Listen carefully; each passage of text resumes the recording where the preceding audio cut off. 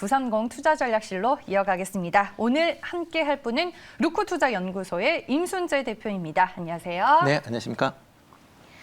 네, 그럼 이제 본론으로 들어가서 930 투자전략실 오늘의 주제를 만나보겠습니다.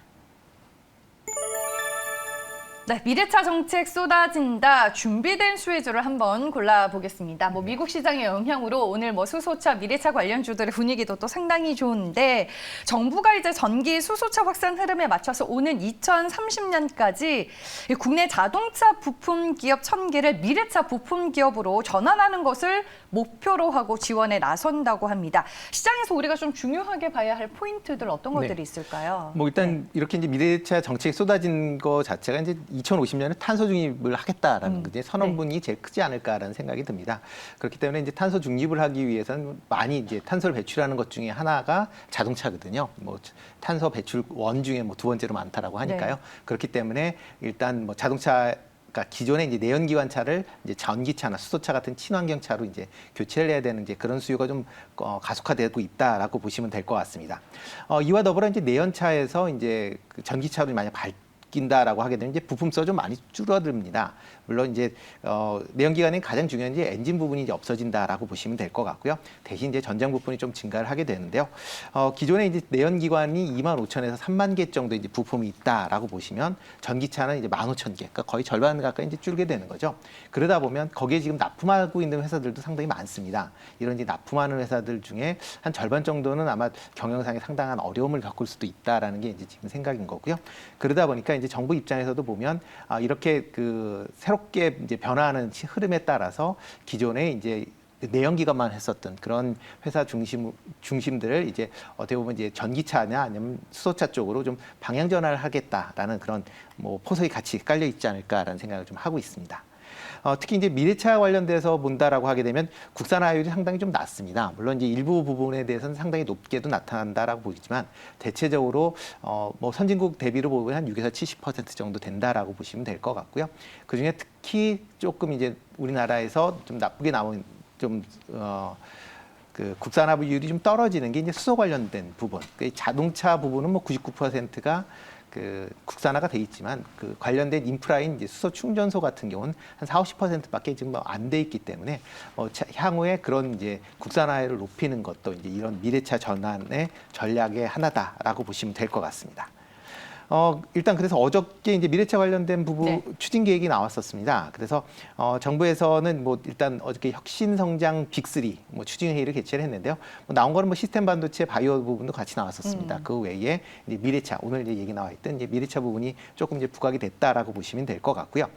2030년까지 부품 기업 1000개를 이제 미래차 기업으로 전환하겠다라는 얘기하고요. 매출 1조가 넘는 그런 이제 글로벌 부품 회사를 지금 13개인데 20개까지 늘리겠다. 그다음에 1000만 불 이상의 수출 기업을 250개까지 육성을 하겠다라는 게 이제 가장 큰 내용이다라고 보시면 될 것 같고요. 그와 관련돼서 이제 세부적인 사항들이 있습니다. 그래서 관련된 시장 일단 완성차와 그다음에 이제 중간에 그 협력업체, 그다음에 2, 3차 이제 벤더 같은 경우도 같이 소재 개발을 이제 적극적으로 개발을 하게끔 하겠다라는 부분이 있고요. 그래서 이제 미래차로 이제 전환하는데 서로 협력을 하겠다. 그다음에 서로 다른 업종 간이죠.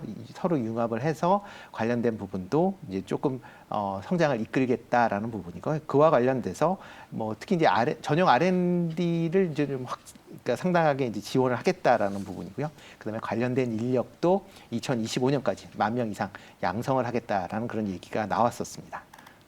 네, 알겠습니다. 이제 정부의 지원 전략이 어떻게 되는지 그 내용에 대해서 전체적으로 풀어주셨습니다. 미래차 하면은 전기차도 들어가고 수소차도 들어가고 자율주행도 들어가고 이제 많은 섹터들이 들어갈 텐데 저희가 종목을 듣기에 앞서서 좀 수소 쪽에 포커스를 맞춰서 얘기를 들어볼까 하는데 수소차 관련주들이 최근까지도 시장에서는 그렇게 큰 힘이 좀 없었잖아요. 그렇죠. 관련주들의 동향이 어떤가요? 일단 그 수소차뿐만 아니라 2차전, 그러니까 전기차 관련 쪽도 많이 좀 쉬었죠. 그러니까 장 1월 달에 이제 큰 폭으로 상승한 이후, 애플 이슈 때문에 큰 폭으로 상승한 이후에 그다음에 이제 빠진 다음에 옆으로 계속 횡보를 했습니다.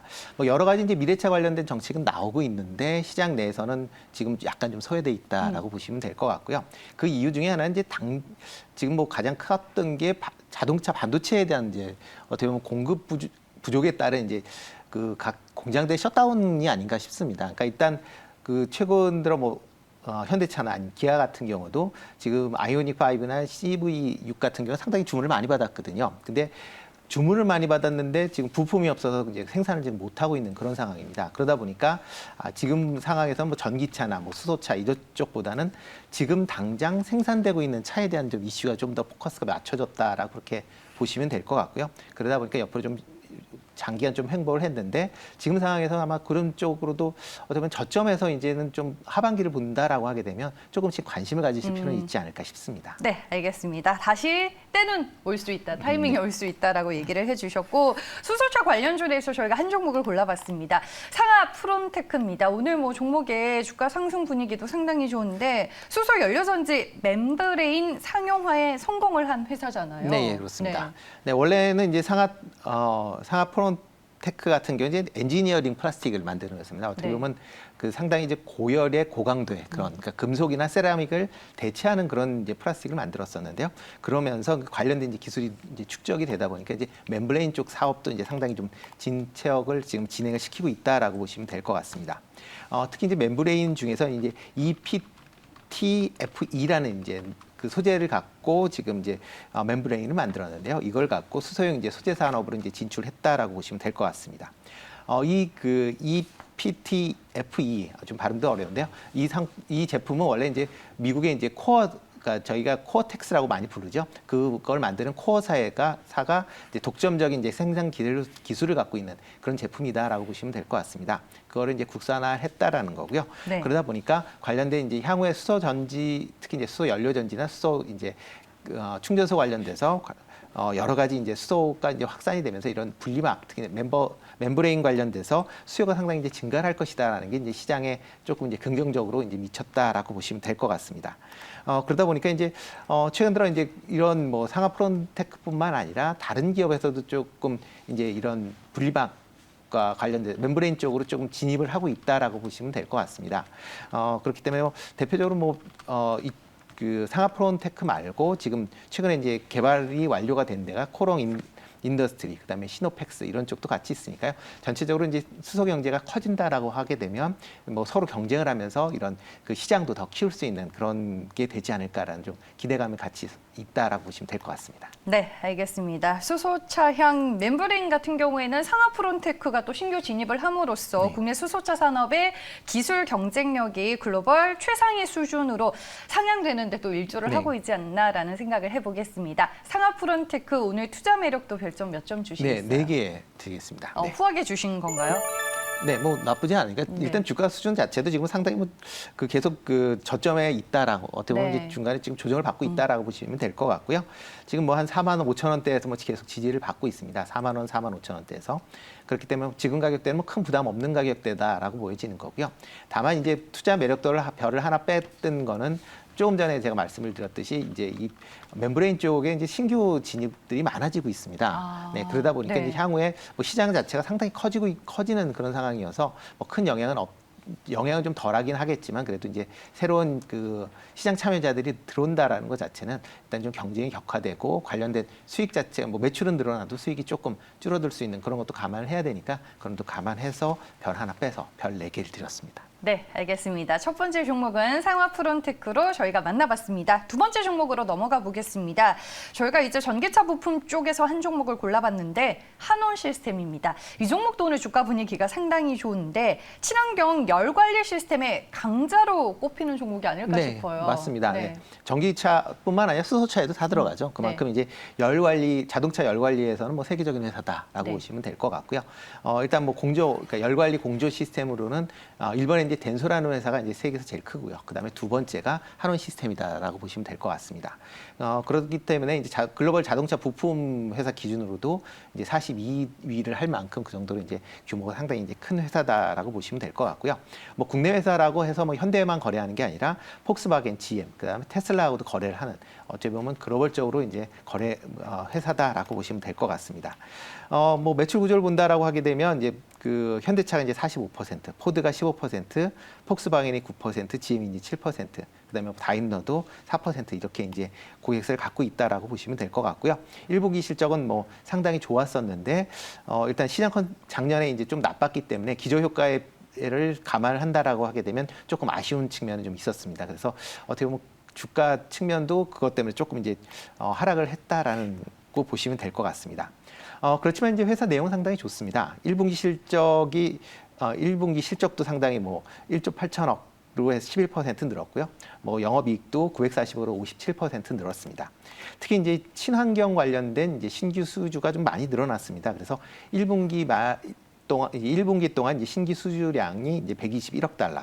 그다음에 이제 지금까지 수주 잔고는 410억 달러 정도 됩니다. 이 물량 정도 되면 향후엔 6년 정도를 이제 생산을 해야 되는 그런 물량이기 때문에 상당히 좀 많은 이제 물량을 갖고 있다라고 보시면 될 것 같고요.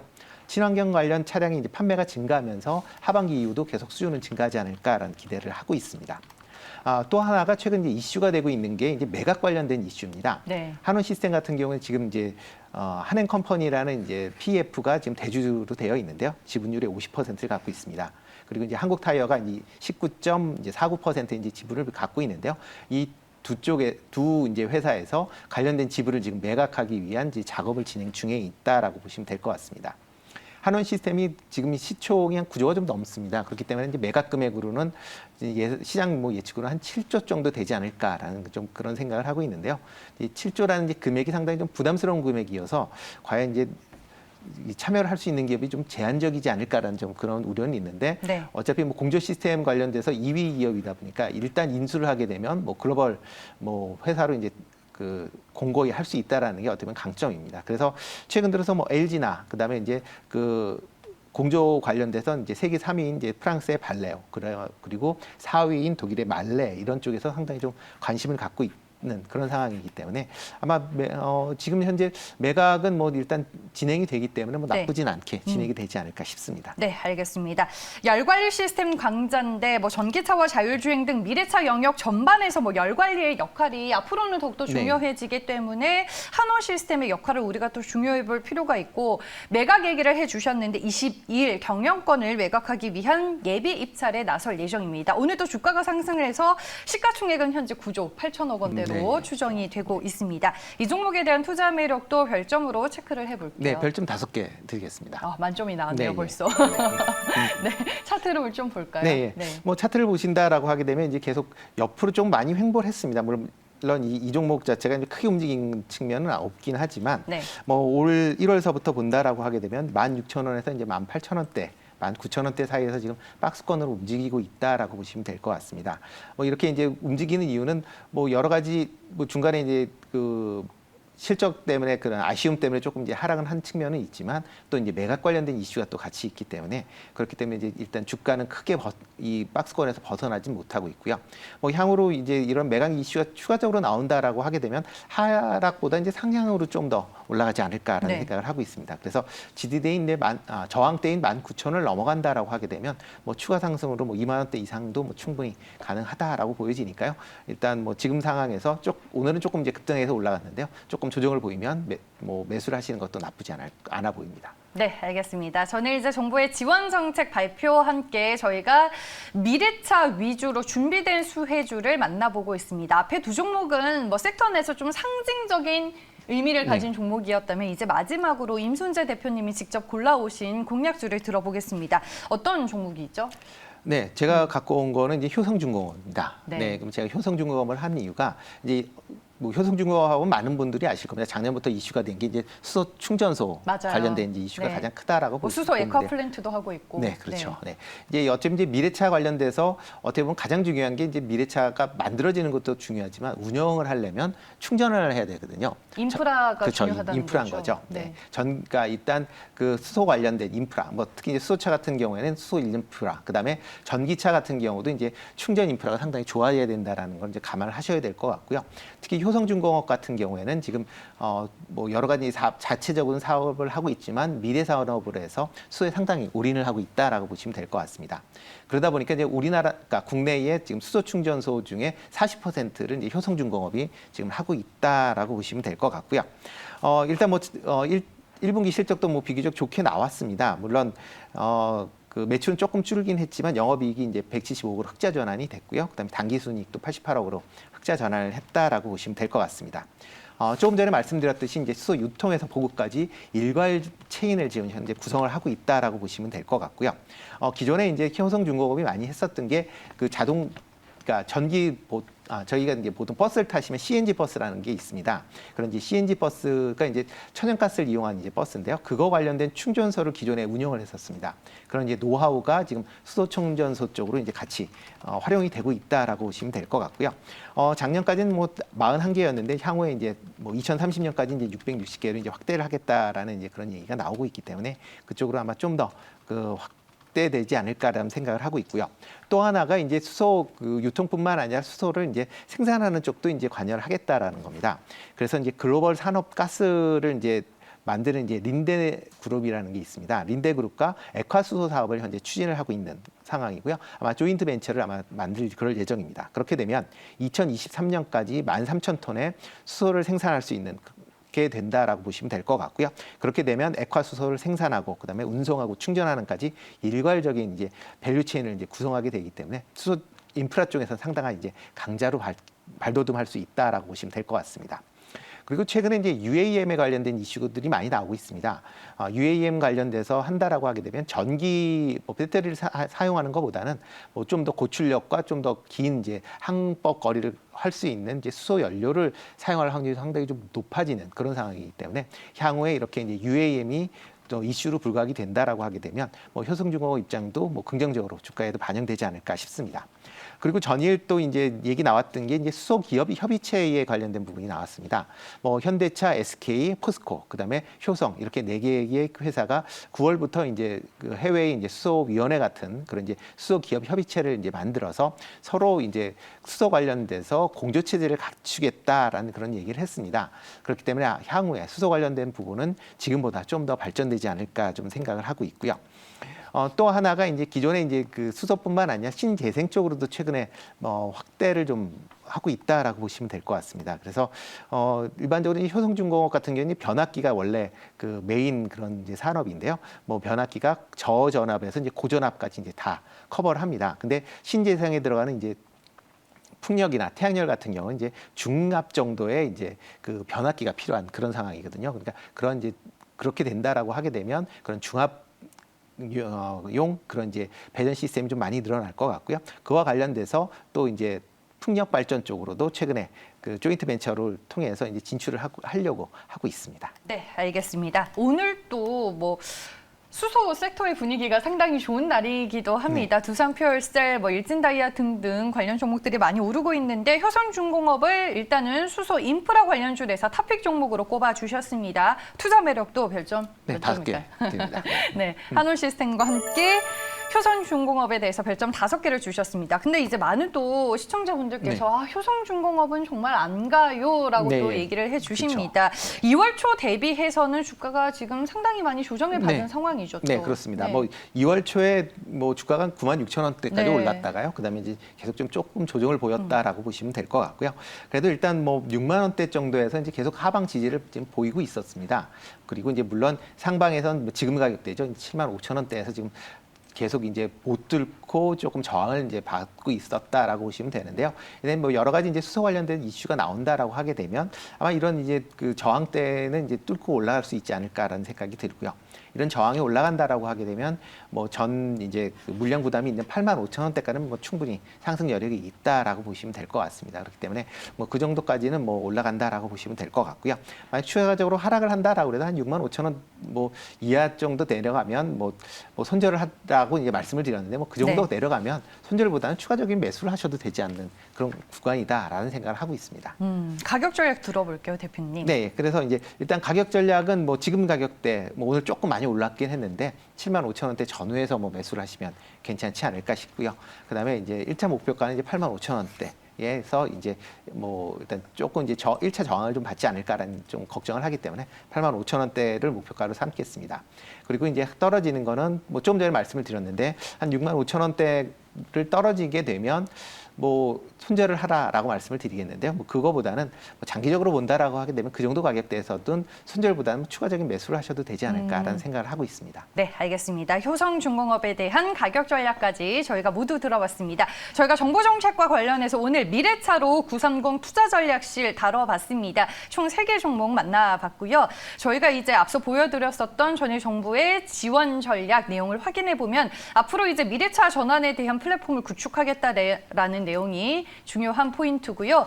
시장 성장 분야로 사업 모델에 있어서 혁신 지원 아끼지 않겠다라고 정부 측에서 얘기를 했습니다. 그와 더불어서 사업 재편 지원 수단을 확충하겠다라는 방침인데요. 전용 R&D 신설과 더불어 미래차 인력을 양성하겠다라는 계획입니다. 네, 상하프론테크 오늘 임순재 대표 투자 매력도 별점 4개 주셨고요. 한원시스템은 오늘 투자 매력도 별점 5개였습니다. 효성중공업의 탑픽 종목으로 소개해 주셨고요. 역시나 한원시스템과 동일하게 투자 매력도는 별점 5개입니다. 네, 정부 정책 모멘텀과 더불어 미국의 국채금리가 또 내려가게 되면서 성장주들이 다시금 관심을 받고 있는 상황에서 오늘은 또 수소차의 차례가 온 것 같습니다. 저희가 미래차에 대한 얘기를 모두 들어봤고요. 지금까지 930 투자전략실은 루코투자연구소의 임순재 대표와 함께했습니다. 고맙습니다. 네, 고맙습니다.